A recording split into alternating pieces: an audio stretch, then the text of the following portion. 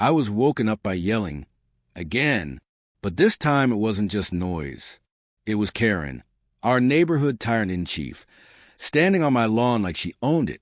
And in a way, she thought she did. There she was, red-faced, flailing her arms, and completely losing it. Because her brand-new luxury SUV was now trapped inside a giant trench I had legally dug around my driveway. Oh! And did I mention the working drawbridge? Let me rewind.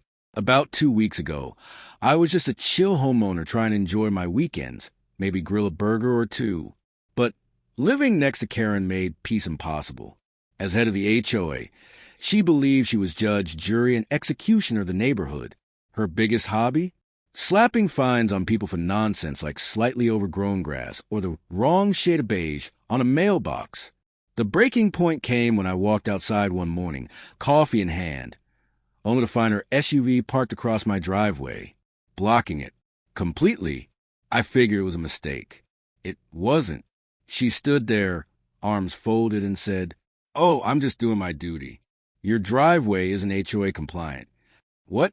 It was a plain concrete driveway. Nothing weird, nothing fancy. But apparently, the HOA needed to review it. And until then, she was going to park her car there as a precaution. I wanted to blow up, but I knew better. Karen thrived on conflict. She was waiting for me to snap, so she could find me into oblivion. So instead, I got smart.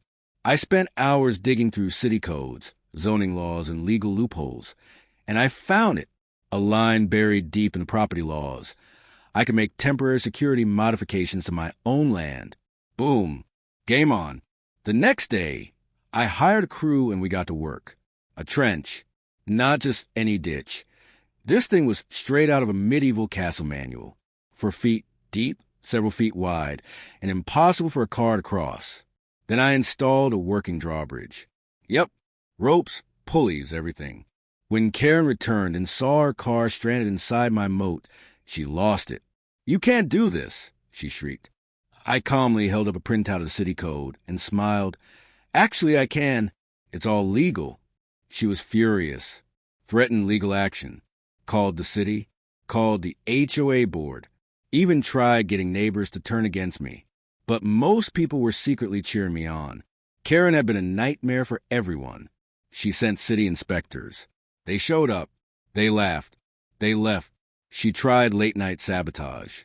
I caught her on camera, creeping around in the dark with bolt cutters. Police were called.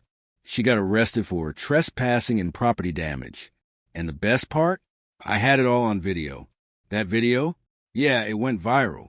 What started as a ridiculous neighborhood standoff became a full-on movement against HOA overreach.